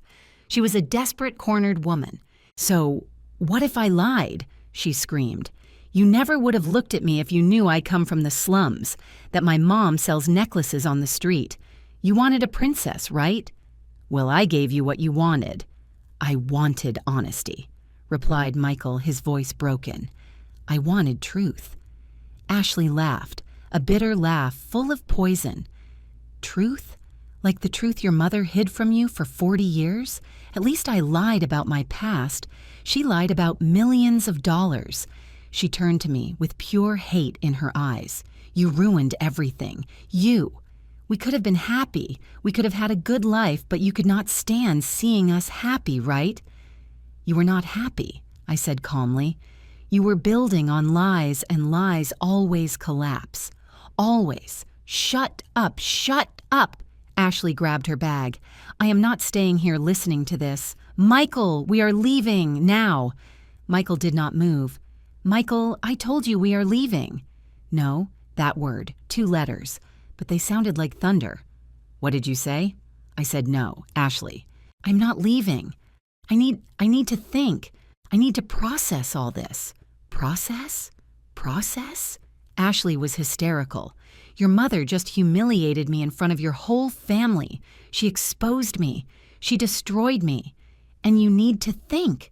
You lied to me, Ashley, about everything. About your family, your past, the money, everything. Because I loved you. Because I wanted to be enough for you. If you loved me, said Michael, and his voice was pure pain, you would have respected my mother. You would not have humiliated her. You would not have taken her dignity. Ashley opened her mouth. She closed it. She had no defense for that. I think you should leave, continued Michael. For tonight, go to your parents' house. Your real parents. The ones who live in the poor neighborhood. And tomorrow we will talk. If I leave now, threatened Ashley, her voice dangerous, I am not coming back. Michael looked at her for a long time. Then do not come back. The world stopped. Ashley looked at him with disbelief, expecting him to retract, expecting him to run after her, expecting him to beg. But Michael turned around and walked toward me. Ashley remained there, frozen for 5 eternal seconds. Then, with a scream of fury, she grabbed her bag and left. The door closed with a slam that made the walls shake. The silence she left was absolute. The guests were petrified. No one knew what to say, what to do. Finally, Sarah cleared her throat. "We think it is time to go. Thanks for dinner." One by one, the family slipped away with murmured apologies, with ashamed looks, until only 3 remained, Michael, Mr. Thompson, and me. Michael let himself fall into the armchair, covered his face with his hands, and cried. He cried like I had not seen him cry since he was a child. I sat beside him, put my hand on his back. I said nothing. I was just there. Mr. Thompson discreetly packed the documents. "Mrs. Amelia, do you need anything else from me tonight?" "No, attorney, thanks. For everything. At your service. Have a good night." He left, and there we were, mother and son, in that pretty house that had become a battlefield. Michael finally spoke. His voice was hoarse. "Mom, I am sorry. I am so sorry. I know my love. I did not know what Ashley was doing to you. I did not know anything. I know. Why did you never tell me? About the money, about everything?" I breathed deep. "Because I wanted you to fall in love with life, not with money. I wanted you to build your own path. But I was wrong, son. I was wrong to hide so much from you. And that created the space for Ashley to manipulate you." He turned to me. His eyes were red, swollen. "Now what do I do, Mom? I have a baby on the way. A wife who lied to me. A life that is falling apart." I hugged him, like when he was a child and had nightmares. "Now, my love, you rebuild. With truth, with dignity. And I will be here, as I have always been." He cried in my arms until he fell asleep. That night, I covered my 32-year-old son with a blanket. I turned off the lights. I cleaned up what was left of Christmas dinner, and while I washed dishes in that silent kitchen, I asked myself if I had done the right thing. I had destroyed his marriage. I had exposed Ashley. I had revealed secrets that maybe should have stayed buried. But when I saw my reflection in the kitchen window, I saw a woman who had finally recovered her dignity. And that, after all, was worth more than any secret. The days after Christmas were strange, like walking in a world where gravity works differently. Michael stayed at my house, in his old room that I had kept exactly as he left it when he went to live alone. Posters of soccer teams, shelves with his school trophies, the twin bed with the blue striped comforter. We did not talk much those first days. He processed. I waited. 3 days after Christmas, Ashley called. It was 11 in the morning. Michael watched the phone vibrate on the breakfast table. He let it ring. "Are you not going to answer?" I asked. I do not know what to tell her. The phone stopped ringing. 30 seconds later, it started again. This time, Michael answered. He put it on speaker. I guess he wanted me to listen. "Michael, we need to talk." Ashley's voice sounded calm. Too calm. Calculated. "I am listening. Not over the phone. Come home. Please. We need to resolve this like adults. I do not know what is truth and what is lie with you anymore, Ashley." There was a pause. When she spoke again, her voice broke. "I know I messed up. I know I lied to you. But I did it because I love you, Michael, because I was afraid of losing you. You lied to me about your family, about your past, about the money, about everything. I know, and I am going to spend the rest of my life making it up to you. But love, we have a baby on the way, our son. Are you really going to destroy our family for the mistakes I made? Master move, using the baby as a shield." I saw Michael hesitate. "I am not trying to destroy anything. I am trying to understand who you really are. I am the woman who loves you. The mother of your son. That is what matters, right?" Another pause. "Your mom put poison in your head, Michael. She showed you papers. She told you half-truths. She manipulated you to hate me. My mom showed me the truth." The truth or her version of the truth? Ashley's voice became harder. "Think about it well. She hid millions for 40 years. She saw you struggle, work, drown in debt, and never moved a finger to help you. And I am the villain?" Michael looked at me, confused, hurt. Ashley, stop it. No, it is not enough, because now your mom has you there in her house under her control. Do you not see what she is doing? She is taking you away from me, from your wife, from your baby. She is repeating the same pattern as always, controlling you. No one controls me. Oh no? Then come home now. Prove to me that you can make your own decisions without your mommy telling you what to do. It was manipulation, pure and crystalline, but brilliant. Michael clenched his jaw. I am coming over, but not to return, to talk, like you said, like adults. I will wait for you. She hung up. Michael stood up. Mom, I need to do this. I need to talk to her. Clarify things. I know, son, go, but go with your eyes open. He left half an hour later. I stayed home knitting a blanket for the baby due in 3 months, hands busy, mind restless. Michael returned 4 hours later. His face was pale, discomposed. What happened? He let himself fall into the armchair. Ashley. Ashley has a plan. What kind of plan? She wants us to go to couples therapy to save our marriage. She showed me videos on YouTube about families overcoming crises. She talked to me about the baby, about how our son deserves united parents. He breathed deep. And then she told me something that froze my blood. I waited. She told me that if I do not return with her, if we do not fix this, she is going to sue me. For maximum alimony. She is going to ask for the house.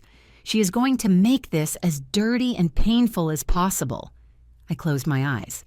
Of course, when emotional manipulation does not work, threats come. And what did you tell her? That I need time, that I cannot simply erase all the lies and pretend nothing happened. He rubbed his face. Mom, what do I do? I sat beside him. I took his hands. Son, I cannot decide this for you. It is your life, your marriage, your baby. But I am going to tell you what I can offer you. Support. No matter what you decide, even if I go back to her, even if you go back to her, because you are my son, and that is never going to change. He cried again.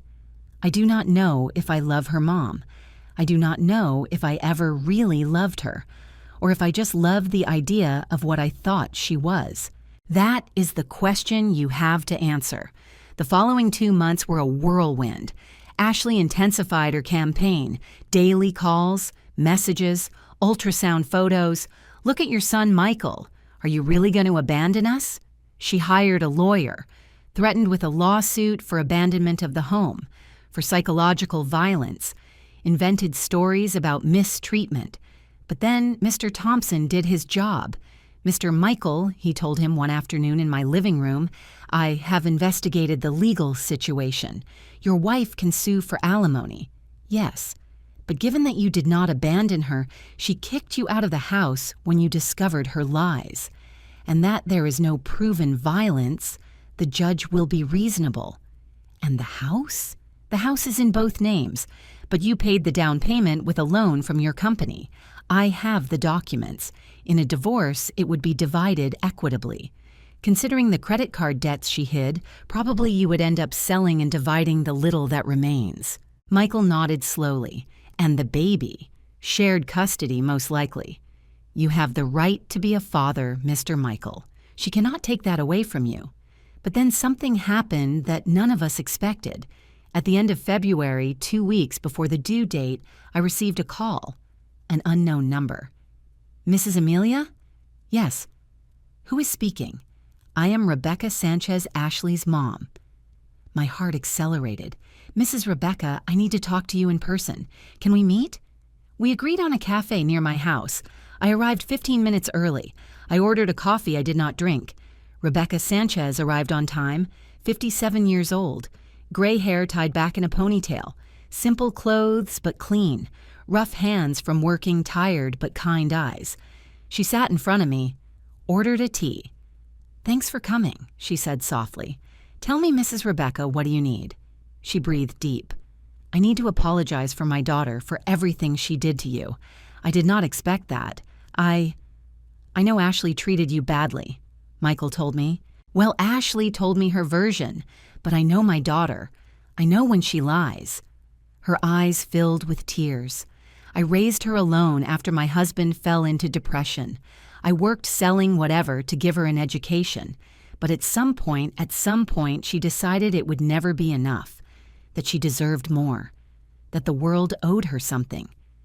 It is not your fault, Mrs. Rebecca. Yes, it is, because I allowed it. When she started lying about our life, about our family, I stayed silent, because I wanted her to be happy, because I wanted her to have the opportunities I never had.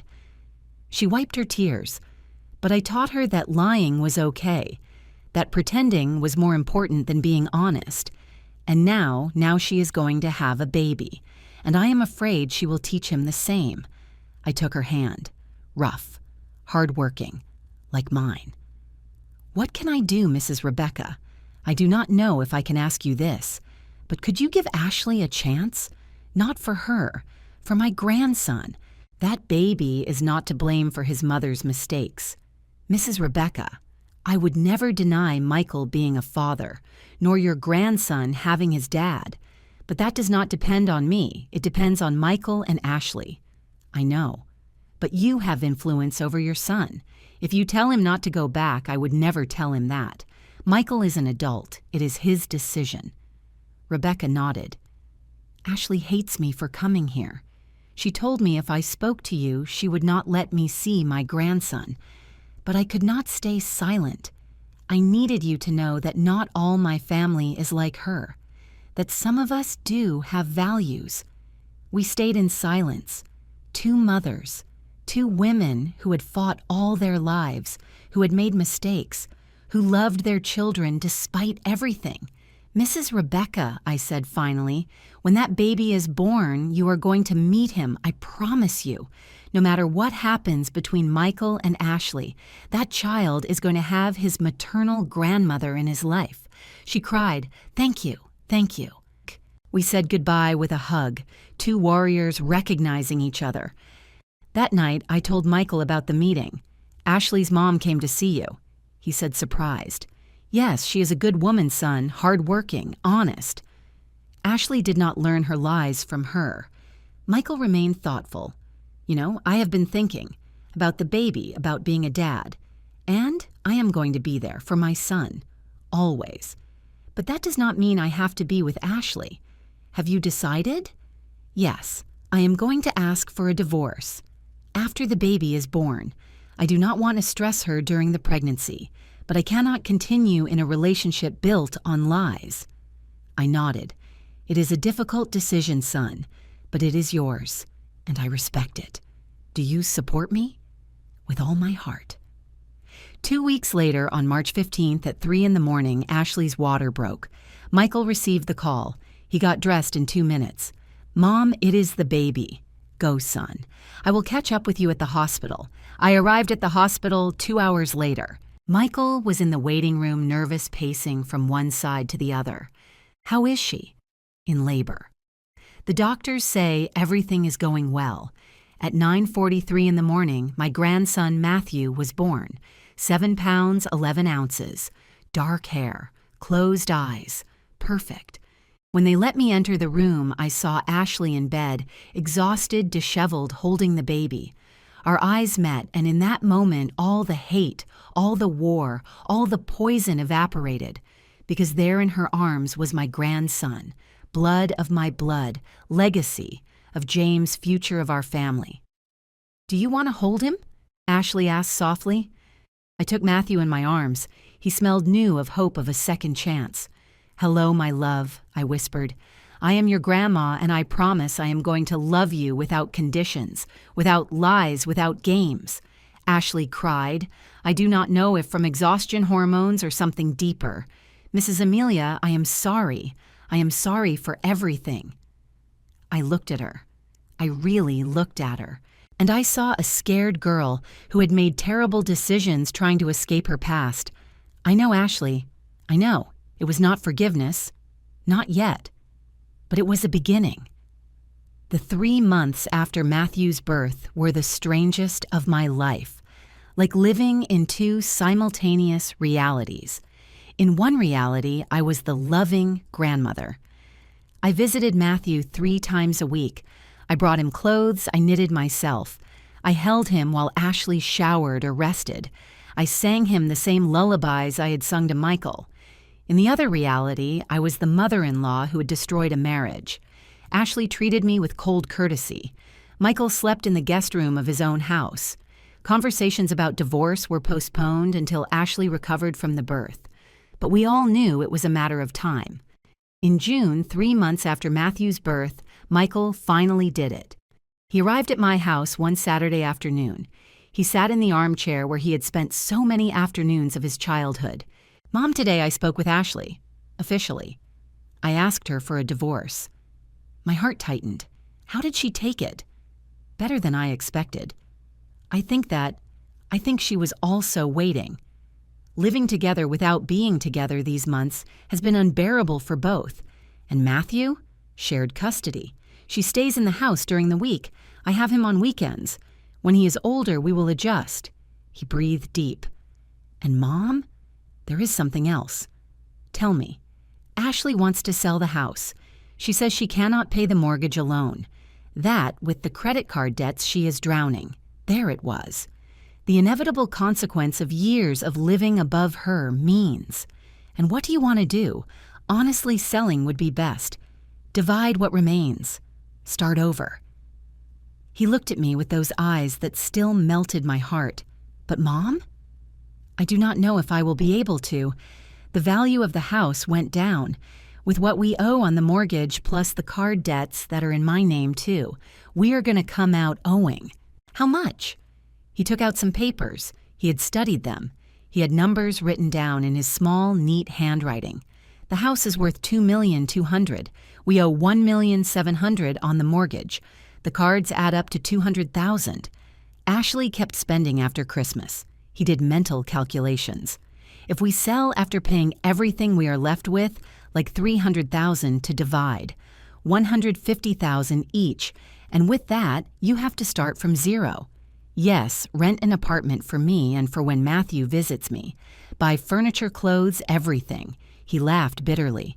At 32 years old, starting over like when I was 20. I observed him, my son, my warrior, defeated but not broken. And I made a decision. Michael, there is something I need to tell you. What is it, Mom? I got up. I went to my room. I took out of my safe a manila envelope I had prepared 2 weeks earlier. I returned to the living room. I handed it to him. Open it. He did. Inside were documents. He read them. His eyes widened. Mom, this is the deed to an apartment. That is right. In a nice neighborhood. 2 bedrooms, 2 baths, full kitchen, worth a significant amount. I bought it 6 years ago as an investment. And why are you showing me this? Because it is yours. Silence. What? I am giving it to you, son. So you have a place to live. So Matthew has a home when he is with you. So you can start over. Mom, no. I cannot accept this. It is too much. It is not too much. It is fair. It is what I should have done years ago. Support you without making you dependent. Give you tools without taking away the hunger to grow. Michael looked at the document with tears in his eyes. But there are conditions, I continued. Conditions? Yes. First condition, the apartment is yours, but if you ever sell it, 50% of the profit goes to an education fund for Matthew, locked until he turns 18. He nodded, agreed. Second condition, you pay me symbolic rent, $100 a month. Not because I need the money, but because I want you to value what you have, that you never forget that things have a cost.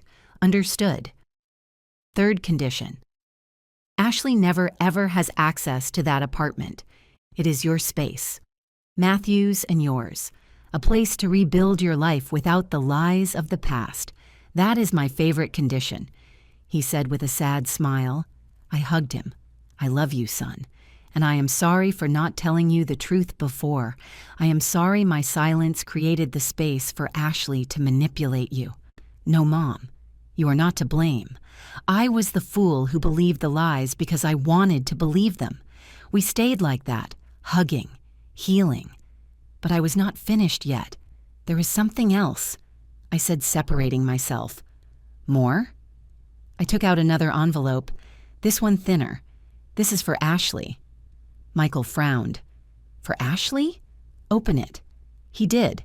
Inside was a check for $100,000. Mom, what is this? It is a gift for Ashley to pay her credit card debts. What? Mom, after everything she did to you, listen to me, son. Listen to me well. I took his hands. Ashley is the mother of my grandson. I do not have to love her. I do not have to be her friend. But I cannot allow my grandson to grow up in poverty because his mother is drowning in debt. But I do not do it for her. I do it for Matthew, and I do it for you. Because while Ashley is financially desperate, she is going to be a desperate mother, and that will affect your son. Michael shook his head, incredulous. You are too good, Mom. I am not good. I am practical. This is an investment in my grandson's mental health. I paused. But it also has conditions. Which ones? Ashley has to use it only to pay debts. Mr. Thompson will verify that every dollar goes to the banks. If she buys clothes, shoes, anything that is not paying debts, the deal is canceled, and I recover the money. And the second condition? Ashley agrees to go to psychological therapy for a minimum of 1 year paid by me, so she works on her problems, her lies, her relationship with money. And if she refuses, then she keeps her debts. Simple. Michael looked at me with admiration. When did you think of all this? I have been thinking about it for 3 months. Since Matthew was born. Since I understood that this was no longer about Ashley and me, it was about that baby. The next day, Michael presented my proposal to Ashley. She called me 2 hours later, crying. Mrs. Amelia, I do not know what to say. Say nothing. Just accept the conditions and work on being a better person. For Matthew, why do you do this after everything I did to you? Because I am a mother before being a victim, and that baby deserves the best, including a mom who is well. Ashley went to therapy, religiously, every week, at first resisting, then opening up. In August, 6 months after Matthew's birth, they signed the divorce. It was amicable, sad, but necessary. Michael moved into his apartment. He decorated it simply, comfortable. He prepared the second room for Matthew with all his love. And every weekend, my grandson arrived at that space. Sometimes I went to visit them. I cooked for Michael. I played with Matthew. We were family again, wounded but healing. One Sunday in October, I received an unexpected visit. Ashley knocked on my door with Matthew in her arms. She was wearing simple clothes, no excessive makeup. She looked real. Mrs. Amelia, can we talk? I invited her in. I made coffee. We sat in my living room. I've been going to therapy, she began, as you asked. I know. Mr. Thompson keeps me informed. My therapist asked me to do something, to come talk to you, to apologize, really. Not because I want something in return, but because I need it, to heal. I listened. I was horrible to you. I treated you like trash. I humiliated you because it made me feel powerful. Because all my life I felt less than everyone. And finally, there was someone who could be beneath me. Tears ran down her face. But you were never beneath me. You built an empire, raised a wonderful son, survived things I cannot even imagine. And I was just a spoiled girl playing queen. Ashley, no, let me finish, please. She breathed deep. I have learned in therapy that all my lies came from fear. Fear of not being enough. Fear that they would reject me if they knew where I come from. But lies only created more fear, more pain. And now, what have you learned? That the truth hurts less than lies. That being poor does not make me less valuable. That my mom, who sells necklaces at flea markets, is more worthy than any businessman I met. She looked at Matthew asleep in her arms. And that I want my son to grow up knowing the true story of his family, not make-up versions. I approached. I touched her hand. Ashley, I forgive you. I am. Really? Really? But forgiveness does not mean forgetting. It means letting go of the poison. It means your mistake no longer has power over me. Thank you. Thank you. She left an hour later, lighter, freer. And I also felt free. The following months were of reconstruction. Michael flourished in his new apartment. He got a promotion at work, started saving again. Ashley continued with her therapy. She sold the leased BMW, bought a modest car, stopped pretending to be who she was not. And Matthew grew surrounded by love, from 2 homes, from truth. 1 year after the Christmas explosion, I convened a family meeting. Michael, Ashley, Rebecca, Ashley's mom, Mr. Thompson, and me. I gathered you because I need to communicate some decisions, I began. Everyone looked at me expectant. I have updated my will, silence. Michael, you will inherit one of my apartments in the financial district, valued at over $1 million and an investment fund of $500,000. Michael blinked. Mom, wait, I have not finished. I looked at Matthew playing with blocks on the floor. For Matthew, I have created a trust, substantial funds, locked until he turns 25, for his education, his future, his dreams. Ashley gasped. Mrs. Amelia, it is too much. It is not for you. It is for him. So he never has to lie about who he is. So he has real opportunities, not fantasies. I continued. The rest of my assets, approximately $3 million, will go to the Amelia Mendez Foundation for Enterprising Widows. Michael smiled. Mom, it is perfect. Women like me, like Rebecca, like so many who are left alone and have to build from scratch. We will give them microloans training support. I looked at Rebecca. In fact, Mrs. Rebecca, I would like you to be part of the board of directors. Rebecca cried. Me, you. Because you know what it is to struggle, and because your honesty is what this foundation needs. That afternoon, we all signed documents. We sealed the future. And for the first time in years, I felt at peace. 6 months later, the Amelia Mendez Foundation opened its doors. Small office downtown, 3 employees, a pilot program with 20 women. The opening was simple. Coffee, sweetbread, brave women telling their stories. Michael was there with Matthew in his arms. Ashley came too. Rebecca cut the inaugural ribbon. And me? Amelia the widow, the seamstress, the woman who built an empire in silence. Finally, I could shout my truth. That night, back in my house, I sat in my floral armchair, the same one where I had spent 40 years sowing dreams. I took out an old photo, James and I young, hugging in front of our humble little house. We did it, my love, I whispered. Our son is a good man. Our grandson will have a future. And your widow? Your widow never stopped fighting. I put the photo away, turned off the light, and slept in peace. 3 years later, Matthew is 4 years old. He is a bright, curious, loving boy. He spends weekends with Michael. During the week, he is with Ashley. And every Tuesday and Thursday, he comes to my house, his day with Grandma. We bake cookies. I teach him to use my old Singer machine. I tell him stories of his grandfather, James.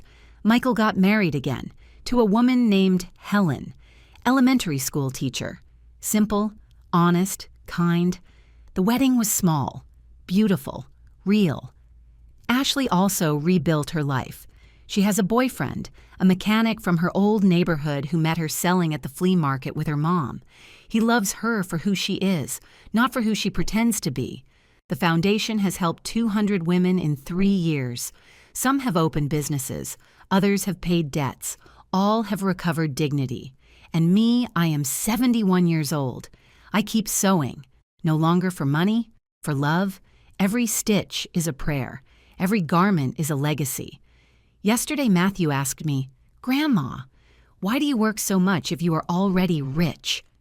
I knelt in front of him, touched his perfect little face. My love, I do not work for money. I work because every stitch reminds me who I am, where I come from, and where I am going. And where are you going, Grandma? I smiled. Towards a future where you, my beautiful boy, know that true value is not in what you possess. It is in what you build, in how you treat others, in the dignity you never allow them to take from you. He hugged me. I love you, Grandma, and I love you, my sky, and I love you. If this story touched your heart, leave me a comment telling me where you follow us from. What lesson do you take away? Have you ever had to defend your dignity in front of your own family? Share your experience. Like if you believe dignity has no price. And subscribe to keep listening to stories of women who rise, who fight, who never give up. Because in the end, true wealth is not in what you keep in the bank. It is in what you never allow them to take from you. Your name, your truth, your dignity. May this story remind you that it is never too late to recover your voice, to set limits, to say enough. Until the next story, take care of yourselves and never, never forget your worth. The end.